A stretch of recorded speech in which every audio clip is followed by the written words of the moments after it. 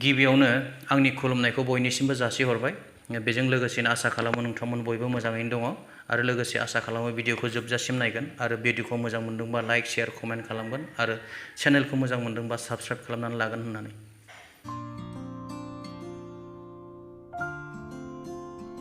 मुंख्लंफोरनि थैनि थैसामनि साजों थांनानै दिनै गादियाव जिरायनो मोनदों, पावारखौ इन्जय खालामनो मोनदों। बाक्सानि सालबारि रुपहिनि सिङाव थानाय साम' हाथायाव जानाय NDFBनि मुंख्लं सानाव रनजित बसुमतारी आरो गबिन्द बसुमतारी बिथांमोन सानै दैदेनगिरिया नुजाथियाखै। बिथांमोनहा मुंख्लंफोरखौ नेग्लेक्ट खालामदों एबा लाजि फोनांदों। रनजित बसुमतारी एबा फेरेंगा बसुमतारी बिथाङा सासे आनट्रेन्ड NDFB एबा 2 नम्बर NDFB।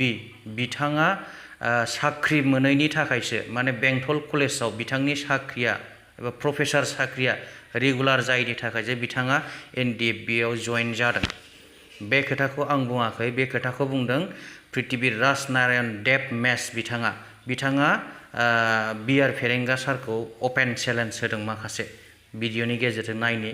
दा बाथ्राया जाहैबाय बे भिडिअखौ ससियेल मिडियायाव नुखांनायनि उनाव फेरेंगा सारा गोसोआव मा सानदों बेखौ गावसो मिथिगौ। बिथाङा लाजिनो रोंखोना रोंदिया एबा मा सानखो भिडिअखौ एसे नायदिनि। जे फेरेंगा नाমৰ এইগৰাকী মুখাবিন্দা প্ৰফেচাৰ দৰাচলতে MA 55% পোৱা নাছিল, MA তেওঁ ফাৰ্ষ্ট ক্লাছো পোৱা নাছিল, MA তেওঁৰ নমছ মাৰ্কছকো নাছিল, যাৰ কাৰণে MA যিটো নমছ নাছিল সেইকাৰণে বেচেৰা চাকৰিটো যিটো ৰেগুলাৰ নহ'ব বেংটল কলেজত, সেইকাৰণে লাষ্টত উপায় নাপায় সংসাৰ চলাবৰ কাৰণে, নহ'লে সংসাৰত তাৰ চাউল দালি কিনিবৰ কাৰণে পইচা নাছিল।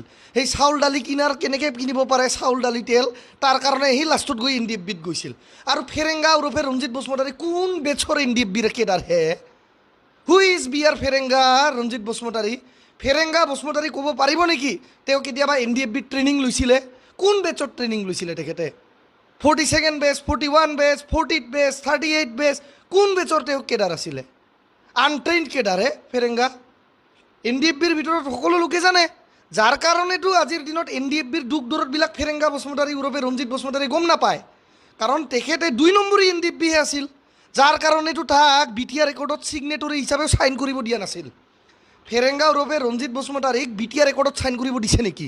কিয় দিয়া নাই? জাম্বাটোক ৰঞ্জিত বসুমতাৰীক দিয়া নাই, কিয় দিয়া নাই?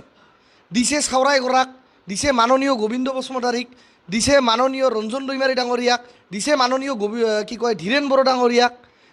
হে, ফেৰেংগাক চাইন কৰিব দিয়া নাই, কিন্তু বি চাওৰাইগৰা, ৰঞ্জন দৈমাৰী, ধীৰেন বড়ো, গোবিন্দ বসুমতাৰী এই 4জনক চাইন কৰিব দিছে। কিয় দিয়া নাই? কাৰণ ভাৰত চৰকাৰেও সেই সময়ত জানিছিল যে এইটো এটা 2 নম্বৰী NDFBহে। ফেৰেংগা কেতিয়াও NDFBত ট্ৰেইনিং লোৱা নাছিল। ফেৰেংগা কোনটো বেচৰ কেডাৰ তেওঁ কওকচোন? মই 40 বেচৰ কেডাৰ, 42nd বেচৰ কেডাৰ না 41st বেচৰ কেডাৰ? কেতিয়া সি ট্ৰেইনিং লৈছিল ম্যানমাৰত গৈ? তেওঁ বন্দুক চলাব জানে? মোৰতো ডাউট আছে। আজি মই ফেৰেংগা বসুমতাৰীক বা ৰঞ্জিত বসুমতাৰী ডাঙৰীয়াক মই আজি ফেৰেংগাক অপেন চেলেঞ্জ দিব বিচাৰিছোঁ যে মই আৰু তেওঁ এদিন ফায়াৰিং ৰেঞ্জত যাওঁ বলক, চাওঁচোন তেওঁতো বোলে বিৰাট NDFBৰ ডাঙৰ কেডাৰ আছিল, লিডাৰ আছিল, আনট্ৰেইন কেডাৰ, জিন্দগীত ট্ৰেইনিং পোৱা নাই, তেওঁ আৰু মই ফায়াৰিং ৰেঞ্জত ফায়াৰ কৰোঁ, কাৰ টাৰ্গেটত বেছি লাগে চাওঁ। এদিন অপেন চেলেঞ্জ দিছোঁ, যিকোনো ফায়াৰিং ৰেঞ্জ তেখেতে এতিয়া BTC চৰকাৰত আছে ঠিক কৰক, কোনোবা ফৰেষ্টত ঠিক কৰক, লাগে এয়াৰ গান দিয়ে আমি ফায়াৰ কৰিম, নন লিথেল যিটো ইলিগেল নহয়, এয়াৰ গান দিয়ে ফায়াৰ কৰিম, চাওঁচোন কাৰ টাৰ্গেটটো ক'ত কিমান লাগে। মই ভাই ক্লাছ 6-7তে আৰ্মছ চলোৱা ট্ৰেইনিং লৈ আহিছোঁ, জেনুইন সৈনিক স্কুলৰ নৰ্থ ইষ্ট টপাৰ আছিলোঁ, মোৰ ৰোল নম্বৰ আছিল 5067 আৰু মোৰ এডমিশ্যনৰ এণ্ট্ৰেঞ্চ এক্সামৰ ৰোল নম্বৰ আছিল 09/G। আসাম, মেঘালয়, ছিকিমৰ মই ফাৰ্ষ্ট পজিশ্যন হোল্ডাৰ আছিলোঁ, টপাৰ আছিলোঁ সৈনিক স্কুল গোৱালপাৰাত। ক্লাছ 6-7তে মই বন্দুক চলাই আহিছোঁ লিগেলি। তাৰ নিচিনা পৰিয়াল চলাব নোৱাৰি, ভাত কিনিব নোৱাৰি, চাউল কিনিব নোৱাৰি, দাইল কিনিব নোৱাৰি, চাকৰিও ৰেগুলাৰ নহ'ব জানি সেই তেনেকৈ NDFBত গৈ মই গুলি চলাবলৈ শিকা নাইতো। दानिया नायदिनि रनजित बसुमतारी आरो गबिन्द बसुमतारी बिथांमोन सानैया NDFBनि मुंख्लं सान फालिनायाव नुजाथिनो हायैनि थाखाय बारग' NDFBफ्रा गोसोआव मा दुखु मोनदों बेखौ बिथांमोनहा भिडिअनि गेजेरजों एबा खौरांगिरिफोरनि सिगाङाव मा फोरमायदों भिडिअखौ एसे नायनानै लादो। दिनैनि दिनखौ बिथांमोननि गोसोआव बिथांमोना दिनैनि दिनखौ नेग्लेक्ट खालामदों। मुंख्लंफोरनि थैनै थैसामनि साजों थांनानै दिनै गादियाव जिरायनो मोन्दों, पावारखौ इन्जय खालामनो मोन्दों। मानगोनां जोंनि गबिन्द बसुमतारी, डेपुटि चिफ मानगोनां जोंनि रन्जित बसुमतारी, बिथांमोना एनडिबिनि सानसे समनि दैदेनगिरि, गबिन्द बसुमतारी बिथाङा जेनेरेल सेक्रेटारि आरो उनाव प्रेसिडेन्ट जादोंमोन। बिथांमोननि दैदेननायावनो आफादा 34 इयार्स आन्दलन खालामबोबाय, आर्मस स्ट्रागल खालामबोबाय। नाथाय दिनै जाय बिर जोहोलावफोरखौ दिनै फुजिनांगौ, फुजिनायनि दिन, सुंग्रिनायनि दिन, मान बावनायनि दिन, बिथांमोना दिनै सम मोनासै। दान्दिसे सम फैनानै बेहाय बिर जोहोलावफोरखौ मान बावनांगौ, सुंग्रिनांगौ, सिबिनांगौ, बे दिनाव बिथांमोना दान्दिसे सम होनो हायिया जोबोद दुखुनांथाव।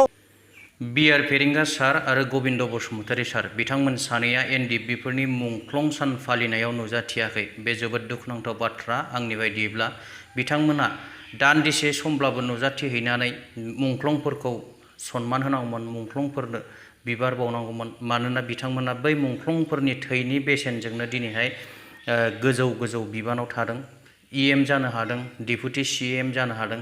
दा बेखौ बिथांमोना साननो रोंनांगौमोन, साननानै मुंख्लंफोरखौ सनमान होनो रोंनांगौमोन। बे जोबोद दुखुनांथाव बाथ्रा। बिथांमोनहा बे प्रग्रामाव नुजादिया, बिनि थाखाय आङो जोबोद दुखु मोनदों। दा दिनैनि भिडिअखौ आं गोलाव खालामनो सानाखै, एसेनोसै। Thank you. जय बर' हारिनि।